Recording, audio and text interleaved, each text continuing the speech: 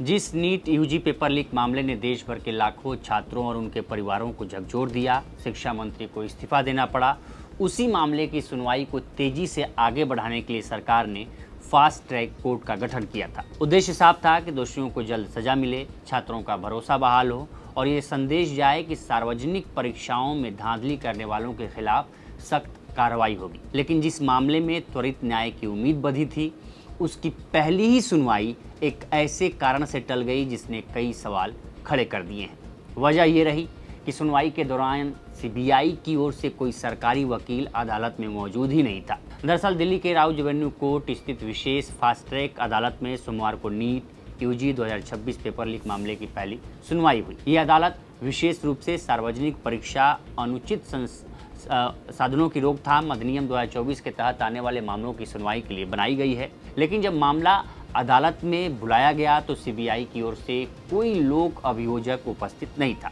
इसके बाद विशेष न्यायाधीश अनु ग्रोवर बालिगा ने अभियोजन निदेशक को निर्देश दिया कि इस मामले में राज्य यानी सीबीआई की ओर से एक लोक अभियोजक नियुक्त किया जाए। सरकारी पक्ष की अनुपस्थिति के कारण अदालत आरोपी दिनेश बिवाल और विकास बिवाल की जमानत याचिकाओं पर सुनवाई नहीं कर सकी और मामले को 3 अगस्त तक के लिए स्थगित कर दिया गया। ये घटनाक्रम इसलिए भी महत्वपूर्ण है क्योंकि ये नवगठित फास्ट ट्रैक कोर्ट के समक्ष इस मामले की पहली सुनवाई थी।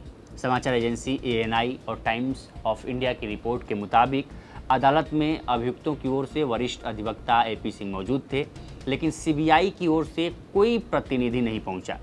ऐसे में अदालत के पास सुनवाई स्थगित करने के अलावा कोई और विकल्प नहीं बचा था। बता दें, नीट यूजी पेपर लीक मामला सामने आने के बाद देश भर में छात्रों के बीच भारी नाराजगी देखने को मिली थी। दिल्ली के जंतर मंतर पर भी सीजेपी के नेतृत्व में लगातार प्रदर्शन हुए। प्रदर्शनकारियों का कहना था कि जब तक पेपर लीक कराने वाले नेटवर्क के खिलाफ तेज़ कार्रवाई नहीं होगी और दोषियों को जल्द सजा नहीं मिलेगी, तब तक छात्रों का परीक्षा प्रणाली पर भरोसा वापस नहीं आएगा। इसी को ध्यान में रखते हुए केंद्र सरकार ने सार्वजनिक परीक्षा अनुचित साधनों की रोकथाम अधिनियम 2024 के तहत मामलों की सुनवाई के लिए विशेष फास्ट ट्रैक कोर्ट गठित करने का फैसला लिया। इसका खुद संज्ञान प्रधानमंत्री मोदी ने लिया। 23 जुलाई को इस विशेष अदालत का गठन किया गया ताकि ऐसे मामलों का शीघ्र निपटारा हो सके। सरकार का संदेश था कि परीक्षा माफियाओं के खिलाफ कड़ी और त्वरित कार्रवाई की जाएगी, लेकिन पहली ही तारीख पर सुनवाई टल गई। फास्ट ट्रैक कोर्ट का मूल उद्देश्य ही मामलों को तेजी से निपटारा करना था। ऐसे में पहली ही सुनवाई का सरकारी पक्ष की अनुपस्थिति के कारण टल जाना कई सवाल पैदा करता है। सबसे बड़ा सवाल यही है कि यदि सरकार इस मामले को सर्वोच्च प्राथमिकता देने की बात कर रही है तो पहली ही तारीख पर अभियोजन पक्ष की तैयारी क्यों नहीं दिखी, यानी सरकारी वकील की तैयारी क्यों नहीं दिखी? क्या लोक अभियोजन की नियुक्ति के समय पर नहीं हो सकती थी? क्या ये केवल प्रशासनिक चूक थी या समन्वय की कमी थी? इन सवालों के स्पष्ट जवाब अभी सामने नहीं आए हैं। हालांकि ये भी सच है कि किसी एक तारीख पर सुनवाई स्थगित हो जाना अपने आप में ये साबित नहीं करता कि जांच या मुकदमे की पूरी प्रक्रिया प्रभावित हो जाएगी। अदालत ने तुरंत अभियोजन निदेशक को लोक अभियोजक नियुक्त करने का निर्देश दिया है ताकि अगली सुनवाई में सरकारी पक्ष अपनी दलीलें रख सके। इसके बावजूद पहली ही सुनवाई का इस तरह टलना उन छात्रों के लिए निराशाजनक माना जा सकता है जो त्वरित न्याय की उम्मीद कर रहे थे। अब जान लेते हैं कि पेपर लीक का पूरा मामला क्या है। दरअसल सीबीआई की जांच के मुताबिक इस मामले में कुल 13 लोगों को गिरफ्तार किया गया है। इनमें दिनेश बिवाल और विकास बिवाल भी शामिल हैं, जिनकी जमानत याचिकाओं पर सुनवाई होनी थी। जांच एजेंसी का आरोप है कि मंगीलाल बिवाल ने अपने बेटे विकास बिवाल के लिए नीट यूजी का प्रश्न पत्र हासिल करने के उद्देश्य से शुभम खैरनार से संपर्क किया था। जांच में ये भी दावा किया गया है कि लीक हुआ प्रश्न पत्र मंगीलाल बिवाल के मोबाइल फ़ोन से बरामद किया गया। सीबीआई का कहना है कि मंगीलाल ने कथित रूप से यश यादव से 10 लाख रुपए देकर प्रश्न पत्र प्राप्त किया था। पूछताछ के दौरान विकास बिवाल ने यह भी बताया कि राजस्थान के सीकर में कोचिंग के दौरान उसकी पहचान यश यादव से हुई थी। जांच एजेंसी का आरोप है कि प्रश्न पत्र शुभम खैरनार, यश यादव, मंगीलाल बिवाल, विकास बिवाल और दिनेश बिवाल सहित कई लोगों के नेटवर्क के माध्यम से आगे पहुंचाया गया। सीबीआई के मुताबिक मंगीलाल ने बाद में यही प्रश्न पत्र कई उम्मीदवारों को 12 लाख रुपए प्रति उम्मीदवार की दर से बेचा।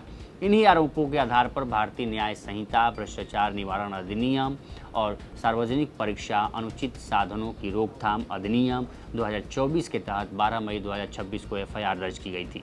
फिलहाल सभी आरोपी 6 अगस्त तक न्यायिक हिरासत में हैं। इससे पहले 17 जुलाई को पूर्ववर्ती अदालत ने दिनेश बिवाल और विकास बिवाल की जमानत याचिकाओं पर सीबीआई से जवाब मांगा था। बाद में मामला नवगठित फास्ट ट्रैक कोर्ट में स्थानांतरित कर दिया गया। उम्मीद भी थी कि नई अदालत में सुनवाई तेजी से आगे बढ़ेगी, लेकिन पहली तारीख पर ही सुनवाई स्थगित होने से प्रक्रिया की शुरुआत अपेक्षा के अनुरूप नहीं हो सकी। इस घटनाक्रम के बाद स्वाभाविक रूप से कई सवाल सामने आ रहे हैं। क्या फास्ट ट्रैक कोर्ट का गठन केवल औपचारिकता बनकर रह जाएगा या वास्तव में मामले की सुनवाई तेजी से होगी? क्या अभियोजन पक्ष अगली सुनवाई तक पूरी तैयारी के साथ अदालत में उपस्थित होगा? और सबसे महत्वपूर्ण, क्या लाखों छात्रों को जल्द न्याय मिल पाएगा? जो छात्र महीनों से इस मामले की प्रगति पर नज़र बनाए हुए हैं, उनके लिए ये केवल एक कानूनी मामला नहीं है, बल्कि उनके भविष्य और परीक्षा प्रणाली की विश्वसनीयता से जुड़ा प्रश्न है। इसलिए अदालत की हर कार्यवाही पर देश भर की निगाहें बनी हुई हैं। विशेष अदालत ने मामले की अगली सुनवाई 3 अगस्त के लिए तय की है। उम्मीद की जा रही है कि तब तक सीबीआई की ओर से लोक अभियोजक की नियुक्ति हो जाएगी और सरकारी पक्ष अदालत के सामने अपना जवाब पेश करेगा। इसके बाद अदालत आरोपी दिनेश बिवाल और विकास बिवाल की जमानत याचिकाओं पर विचार करेगी। ये मामला केवल 2 आरोपियों की जमानत तक सीमित नहीं है। आने वाले वक्त में अदालत को पूरे कथित पेपर लीक नेटवर्क, उसकी भूमिका और उपलब्ध साक्ष्यों पर भी सुनवाई करनी होगी। अगर फास्ट ट्रैक कोर्ट अपने उद्देश्य के अनुरूप नियमित और समयबद्ध सुनवाई करती है तो ये सार्वजनिक परीक्षाओं में पारदर्शिता और जवाबदेही की दिशा में एक महत्वपूर्ण कदम साबित हो सकता है।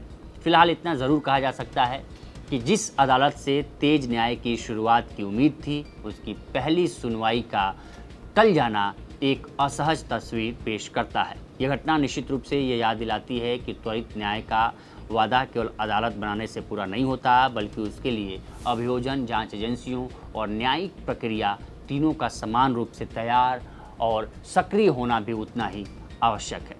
तो फिलहाल इस रिपोर्ट में इतना ही। इस पर आपकी क्या राय है हमें कमेंट करिए और सेक्शन में जरूर बताइए। बाकी देखते रहिए लोकमत। नमस्कार।